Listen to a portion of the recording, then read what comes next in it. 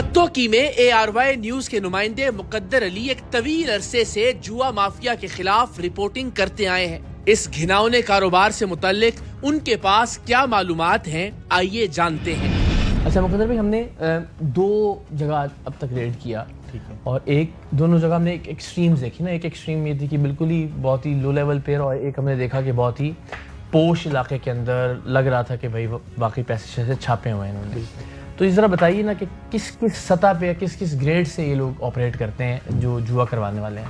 उसमें तो बहुत बड़े लेवल पे लोग हैं, वो तो दूसरे ममालिक में बैठे हुए हैं, ठीक है, दूसरे ममालिक से बैठ के ऑपरेट कर रहे होते हैं। और जो उनसे लो लेवल के हैं वो बिग सिटीज में बैठे हैं, इस्लामाबाद। यानी हम अगर दूसरे मुल्क से मिसाल लें कि फॉर एग्जांपल दुबई में हो रहा होगा, मुंबई में हो रहा होगा, और अल्टीमेटली फिर लाहौर, कराची और इस्लामाबाद शायद बड़े सिटीज में होते हैं। जो बड़े सिटीज वाले होते हैं फिर अपनी लाइन कन्वर्ट करते हैं छोटे सिटीज में। हमारे पत्तोकी में जैसे हमने एक रेड किया, वो बिल्कुल लो लेवल पे किया, वो बिल्कुल लो लेवल से ऊपर का बंदा है, लाखों का जुआ करवाने वाला, उससे भी नीचे एक मौजूद है तो हजारों का जुआ करवाता है।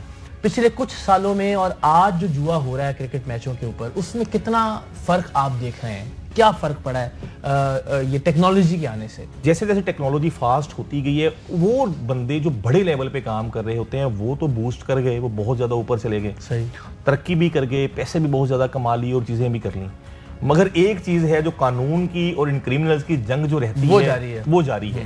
यानी पुलिस अपना काम जो है वो करती रहती है, मगर ये इस लेवल के क्रिमिनल हैं कि इन्होंने काम छोड़ना नहीं है। एक बड़ा दिलचस्प सवाल था जो मैं सोच भी रहा था कि उसका क्या बनेगा, कि जिन लोगों को हमने पकड़ा वो ऐन हालत जुआ में पकड़ा हमने उनको, कि वो गैर काम कर रहे थे, अपना फोन कॉल्स आ रही थी, वो आगे वो लगा रहे थे।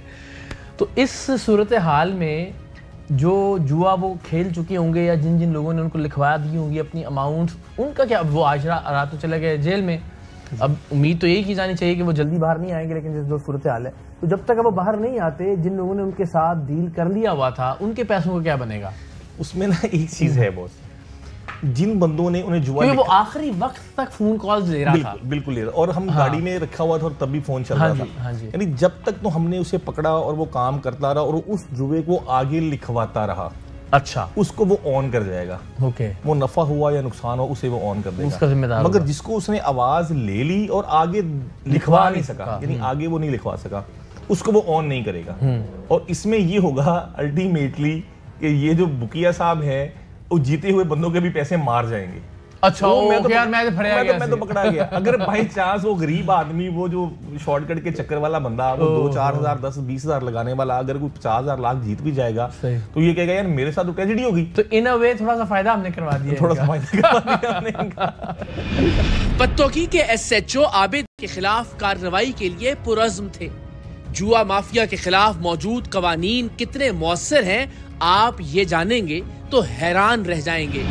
आबिद भाई, thank you so much sir. Very आप जैसे पढ़े लिखे और माशाल्लाह मुतहर्रिक पुलिस ऑफिसर्स के साथ वैसे काम करके भी बहुत अच्छा लगता है। आज का जो हमारा एक्सपीरियंस था, उसके हवाले से मुझे एक तो ये बताइएगा कि वाक़अतन क्या कोई सुकम मौजूद है, जो दफ़ात लगाई जाती हैं या कानून साजी के हवाले से, क्या जल्दी रिलीफ मिल जाता है ऐसे लोगों को, और इसीलिए फिर इनकी हौसला अफजाई भी होती है जिनको पकड़ते हैं जुआ करवाते हुए या जुआ खेलते हुए?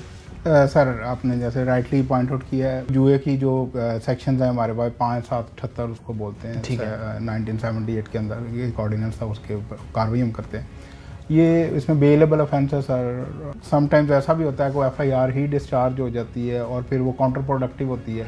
वही लोग जो जिनका एक जो है ये क्रूअल नेक्सस मैं कहूँगा, जिसकी वजह से वो जो गरीब और पिसे हुआ जो हमारा पसमानदा तबका है, उनको जो है वो एक्सप्लॉइट कर रहे होते हैं, उनकी जो डे अर्निंग्स हैं उनको वो खा रहे होते हैं, और डे बाय डे वो जो है ग्रेजुअली इम्प्रूव हो रहे होते हैं, और उनकी फैमिली वो पैसा जो बच्चों के फीडर में जाना था, वो पैसा जिससे बच्चे की बुक्स आनी थी, वो पैसा जिससे घर वालों की कोई मेडिसिन आनी थी, वो ये जो क्रिमिनल्स हैं इनके पास जा रहा। अब होता सर ये है कि जब अगले दिन FIR डिस्चार्ज होती है या FIR में जो मुलजमान है जिनको रेड हैंडेड गिरफ्तार किया गया होता है उनको बेल होती है, तो इससे मैं समझता हूँ कि 2 साइड जो है वो इफेक्ट होता है। अब सब बिल्कुल हम दयानतदाराना अगर बात करें तो क्या पुलिस फोर्स डिस्करेज भी होती है कि जब आपको पता है कि आपने पूरी दयानतदारी से काम किया है और उसके बाद आपको मुख्तलिफ जगहों से प्रेशर भी आ रहा है, مختلف طرح کے الزامات کا بھی سامنا کرنا پڑ رہا ہے, اور بدقسمتی سے ایسے کرمنلز جو ہیں وہ عدالتوں کی آڑ میں چھپنے کی کوشش بھی کرتے ہیں, اور الٹیمیٹلی ملبہ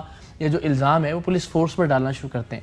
تو اس کے بعد کیا ایک پولیس آفیسر کا جو مورال ہے اس کی کیا صورتحال ہوتی ہے؟ اگلی بار وہ کوئی اچھا کام کرتے ہوئے, کارروائی کرتے ہوئے کتنا کانفیڈنٹ ہوتا ہے یا کتنا گھبراتا ہے کہ یار نہیں مجھے اس میں ہاتھ نہیں ڈالنا چاہیے؟